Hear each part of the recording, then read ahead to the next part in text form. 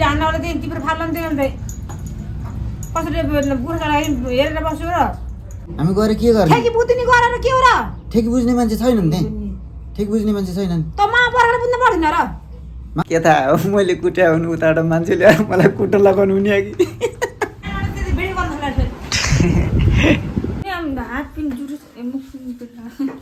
high guys welcome to the RK vlog RK Thakuri vlog यो scooty एउटा सानी त्यो प्लास्टिक हटाउनु न त मैले हाले सफा गर्नु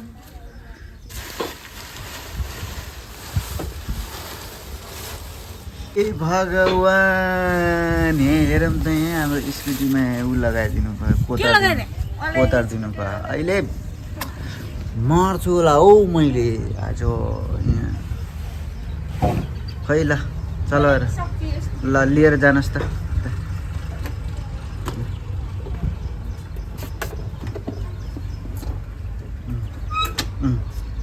स्ट्यान्ड सबभन्दा पहिला स्ट्यान्ड उ गर्ने अरे सम्हाल्न सक्ने हो कि नै सबभन्दा पहिला स्ट्यान्ड सबैभन्दा पहिला स्ट्यान्ड चाहिँ होइन के झारिदिने ऊ ठोक्यो ठोक्यो त्यहाँ ए भगवान् स्ट्यान्ड लगाउन नसक्ने हे त हेर कहाँ गयो स्ट्यान्ड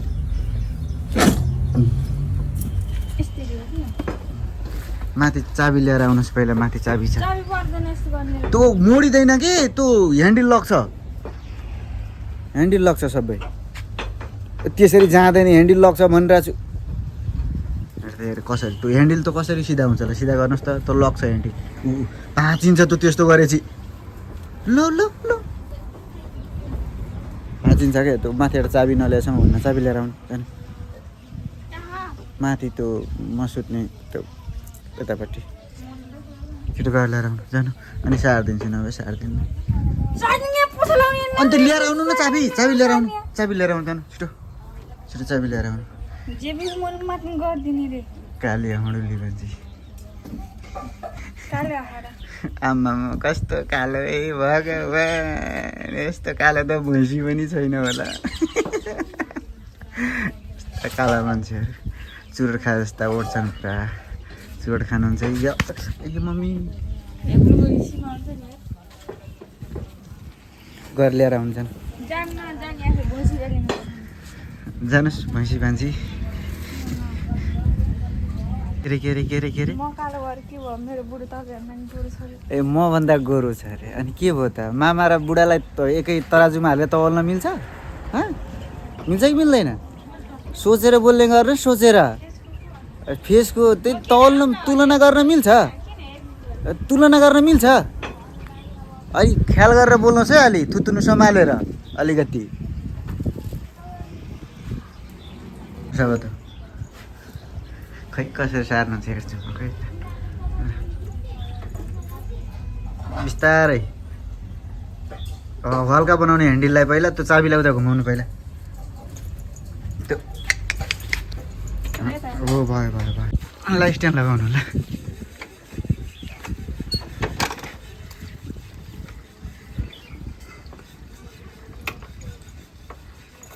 निकाल्नु यता अफ भयो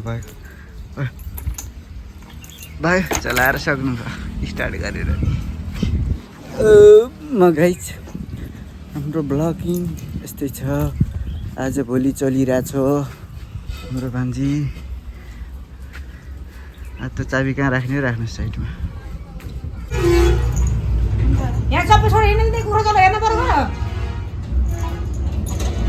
कुखुरा चल्ला म हेरेर बस्छु मैले भनिरहेको छु त लात्तीले हान्नवाला चाहिँ तिम्रो फाल्न नि अन्त कसरी बुढालाई हेरेर बस्यो र कुखुरा हेर्ने होइन त मैले यहाँ कुखुरा हेर्नु परेन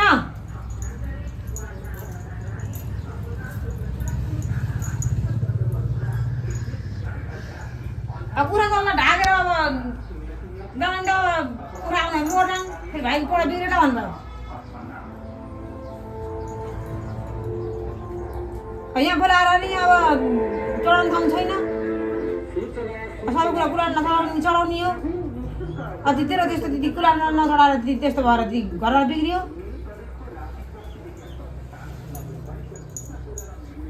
कुरानमा नचढाएर कुलाएन मान्छेको दशा बिग्रियो त्यसको दशा बिग्रियो त्यही कुलान बिग्रेको त तसै बिग्रेको हो र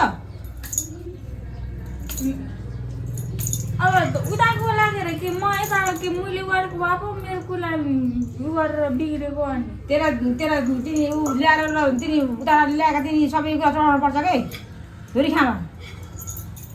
त्यहाँ हजुरआमा मरेका देखिने छ तिनीहरूले खोज्छन् पितृले केटाले कुरो नबुझ्ने यसले दिदीको त्यस्तै भयो दिदी केही चढाउन पाइएन कुलानमा तेरो चढाउन पाइएन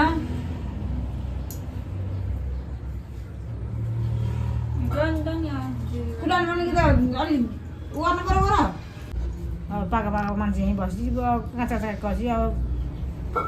सबै गरेर मिलेर गराउँछन् काकालाई सोधेर नि म जान कुराएर बस्यो अरे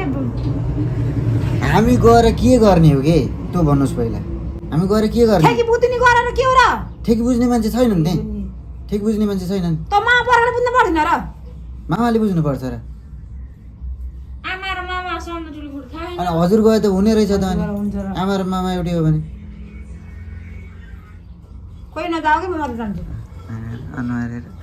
यो काली मान्छे झन् काली भएर रिसाएर पाका मान्छे जम्मा जान्थ्यो ममा कुराएर बस्छु अरे थियो हजुर त जान्छ होला भोलि न कोही नगरे ठेकी बुझ्न कोही नगरे भोलि न हेप्नु बाटो हुन्छ घर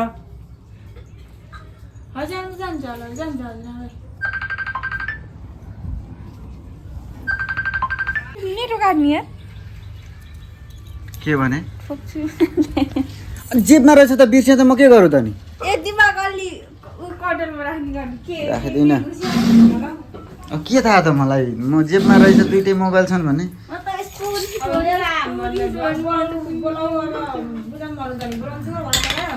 म त किन बोलाउनुहुन्छ टोइलेट गएपछि भनेको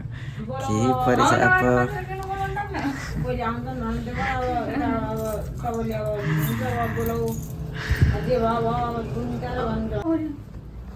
अब बोल्दा बित्तिकै पैसा लाग्छ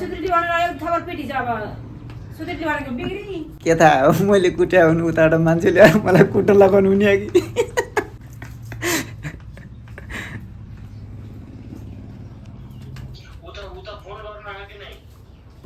गरेन हिजो हो हिजो कि अस्ति फोन गरेर सोधिराखेको थिएँ ठ्याङ्क लिउने भनेको अब यताबाट लिँदै नदिँदै मैले केही भन्न सकिनँ मैले फोन गर्छु यता न्युजदेखि भन्दैन होइन फोन गरिरहेछु तर सारकोबाट त भन्नुभयो कपडा छैन मेरो लगाउने पैसा खानु कब जानको लागि के फोन कहाँ तेरो तल छ आफू आउने अगाडि अहिले मलाई लिएर आउने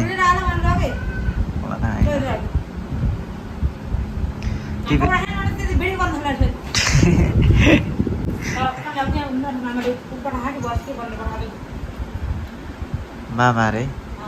को मामा मामा हो त भान्जा होला नि के